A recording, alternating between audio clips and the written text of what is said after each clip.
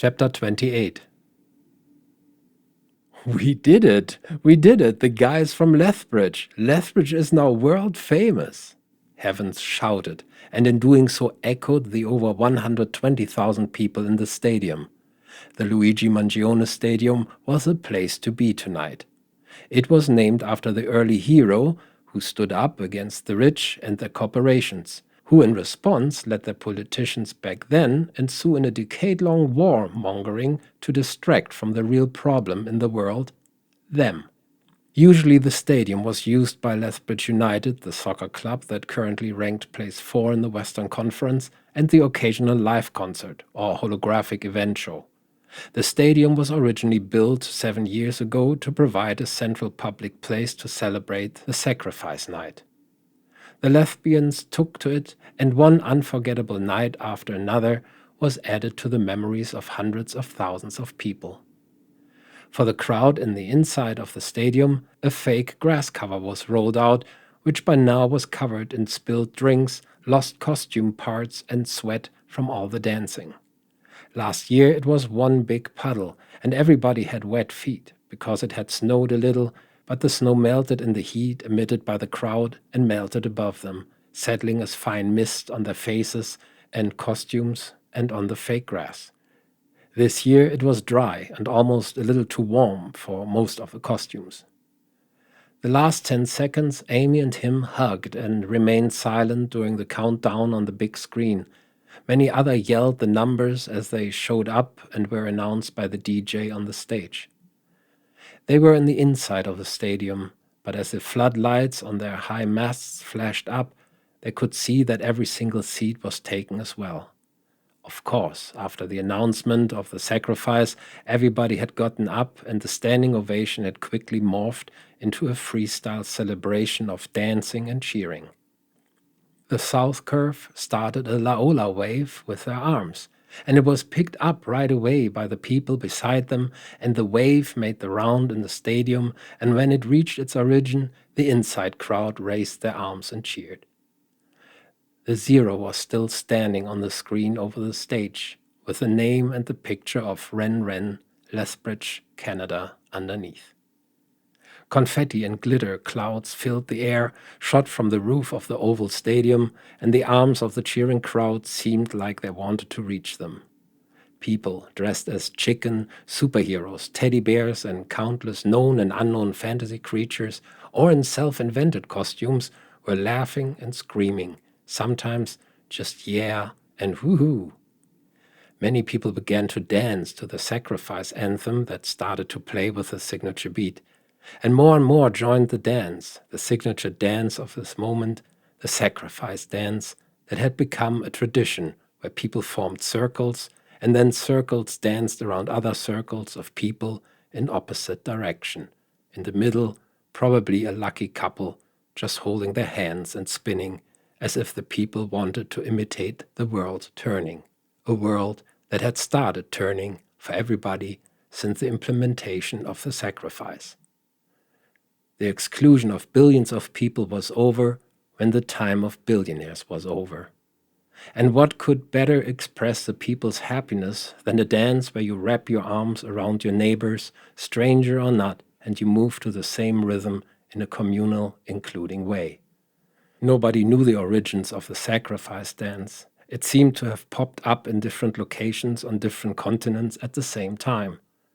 There was just that energy in the air after the countdown, after the socioeconomic reset button was pushed in favor of everybody in the world. You felt one with so many others, the rest of the world, and you had to release the energy somehow, and dancing was a natural way to do that. Cardboard wings, antennas, tentacles, tails, and artificial arms and legs were flapping around costumes, hitting others who laughed it off, laughing away the inner tension they had felt building up to this year's sacrifice. Amy and Heavens had their arms and the arms of neighboring strangers around their waists and skipped counterclockwise in their circle, while the circles in front and behind them moved the other way. Heavens was glad they had chosen the inside to celebrate. This type of dance was special and happened only once a year, and he wanted to celebrate the sacrifice this way as often as he could, in the arms of his love and the arms of a stranger. Tonight that was a drag queen with a blonde wig and a dark full beard. Heavens tilted his head back while dancing on the side. He couldn't trip or fall. The grip was strong and the circles too close together. The drones above them imitated the dancing circles. In the middle, a yellow and a red drone circled each other. The next ring, or maybe 5 or 6 drones, was blue, then a circle of dozen red, and so on. Heavens looked at Amy on the left and the drag queen to the right, both purely happy. Everybody in the stadium listened to the same music, danced to the same rhythm, as if they were one with one heartbeat. Hundreds of drones, blinking in red and yellow and blue, gathered over their heads and formed different shapes. The sacrifice logo, an S with an arrow through it, pointing up, imitating the fireworks that went off throughout the city, and then the name Ren Ren. After the song ended, everybody cheered again, louder than before, applauding the people and creatures around them in one big, friendly, worry-free atmosphere.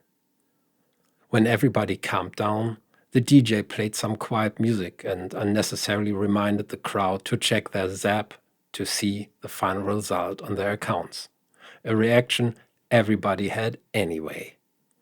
In contrary to the dance club last night, here they were allowed to carry their devices, although the sacrifice etiquette encouraged not to take any videos and photos. But there was no way a strict rule could be enforced.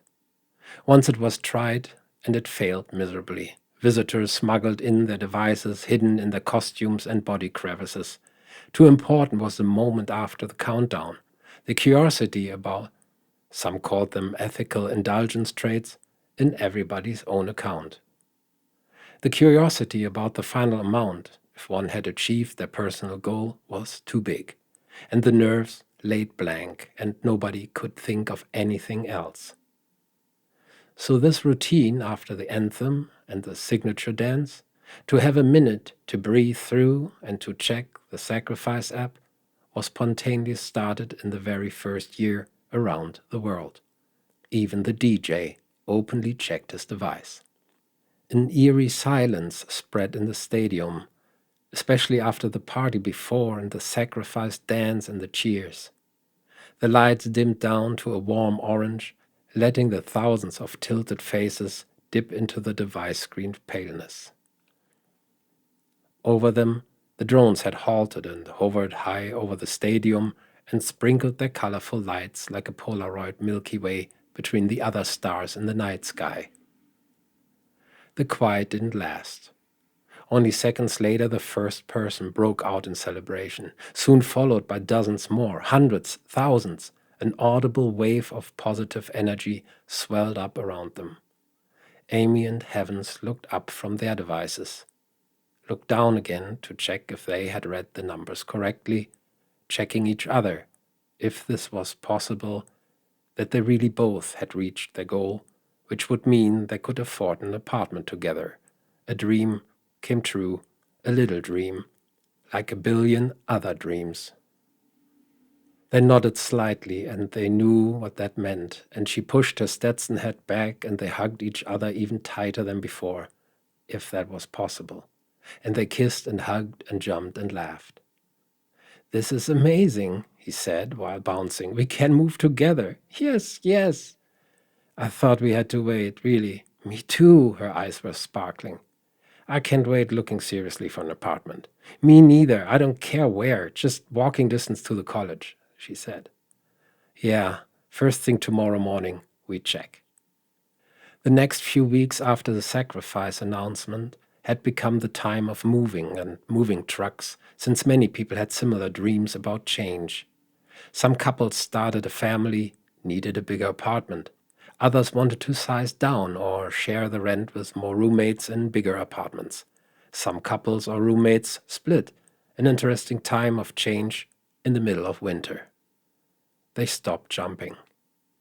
"I love you," he said, because he needed to say it out loud. And he wanted her to hear it. "I love you too," she said.